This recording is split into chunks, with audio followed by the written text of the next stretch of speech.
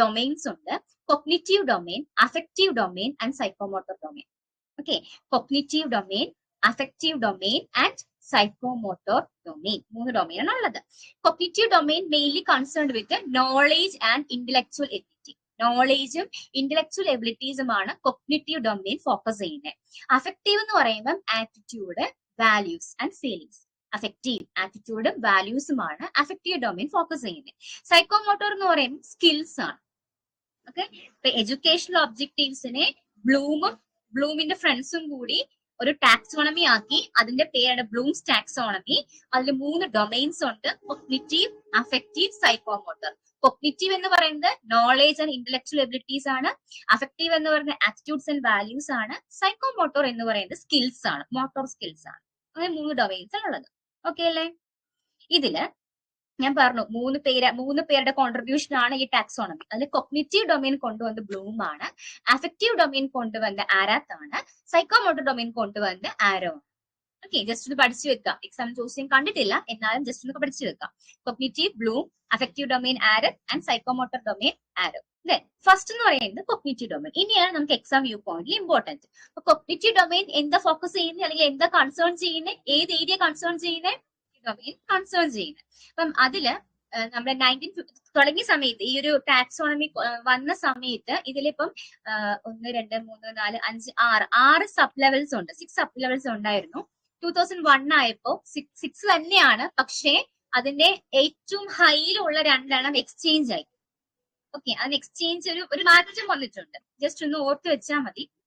നമ്മൾ ഫോളോ ചെയ്യേണ്ട ഇത് ഫസ്റ്റ് തന്നെയാണ്. പക്ഷെ അതിന് 2001 ചെറിയൊരു മാറ്റം കൊണ്ടുവന്നു. ബ്ലൂം അല്ല, വേറൊരു വ്യക്തിയാണ് ചെറിയൊരു മാറ്റം കൊണ്ടുവന്നത്. പക്ഷെ നമ്മൾ ഫോളോ ചെയ്യുന്നത് എപ്പോഴും ഇത് തന്നെയാണ്. എക്സാമിന് കാണാം ഏത് ഡൊമൈനാണ് മാറ്റം വന്നത് എന്ന് ചോദിച്ചു കഴിഞ്ഞാൽ കൊഗ്നിറ്റീവ് ഡൊമൈൻ ആണ് ഓർത്തിരിക്കാം കേട്ടോ. ഒന്നുമില്ല, ഹയസ്റ്റ് ലെവലിൽ ഇന്റർചേഞ്ച് ആയെന്നേ ഉള്ളൂ. സോ ഇതിൽ 6 ഉള്ളത്. 6 ആ ഒരു വാല്യൂ പഠിച്ച്, ആ ന്യൂമറിക്കൽ വാല്യൂ പഠിച്ചു വെക്കണേ. 6 സബ് ലെവൽസ് ആണ് കൊഗ്നിറ്റീവ് ഡൊമൈനിൽ ഉള്ളത്. അതിൽ ആദ്യത്തെ ഏറ്റവും ലോവസ്റ്റ് സിമ്പിൾ എന്ന് പറയുന്നത് നോളേജ് ആണ്.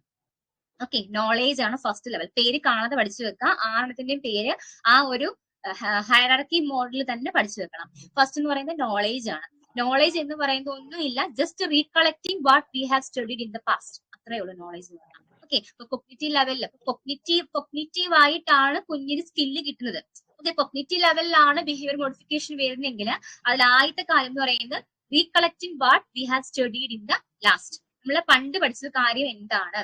ഓക്കെ, ഫോർ എക്സാമ്പിൾ ഞാൻ ഹാർട്ടിന്റെ അനാട്ടമിയാണ് പഠിപ്പിക്കുന്നത് വിചാരിക്കും. നമ്മൾ ചോദിക്കും, പണ്ട് നിങ്ങൾ 10ാം ക്ലാസ്സിലോ +1ലോ +2ലോ പഠിച്ച ഏതെങ്കിലും ഒരു സാധനമായിട്ട് കമ്പയർ ചെയ്തിട്ട് നമ്മൾ അവരുടെ മനസ്സിൽ നിന്ന് എടുക്കും. അതാണ് നോളേജ്. ഓൾറെഡി അവർക്ക് എന്താണ് അറിയുന്നത്, അവർക്ക് ഓൾറെഡി എന്തറിയാം, അതാണ് knowledge. So recalling of information, അതാണ് നോളേജ് എന്ന് പറയുന്നത്.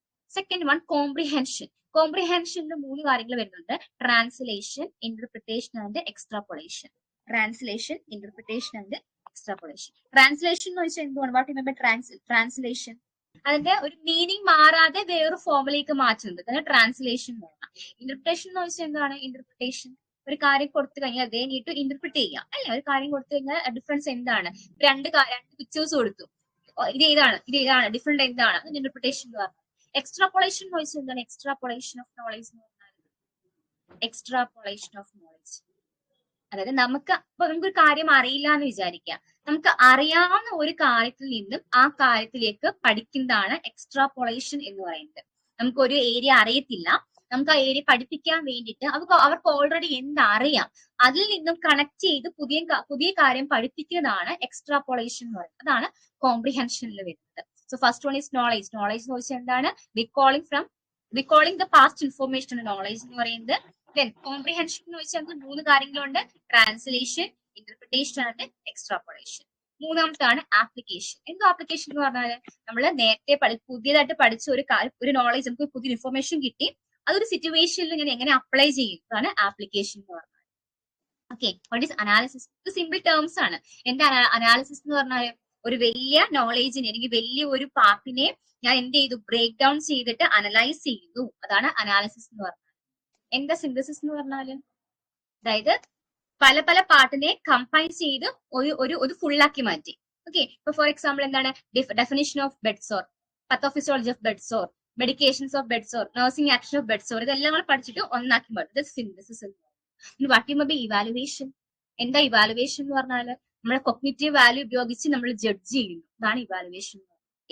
ഏറ്റവും ഹൈ ലെവലിൽ വരുന്നതാണ് ഇവാലുവേഷൻ എന്ന് പറയുന്നത്. സോ ഇതൊക്കെയാണുള്ളത്: knowledge, comprehension, application, analysis, synthesis and evaluation.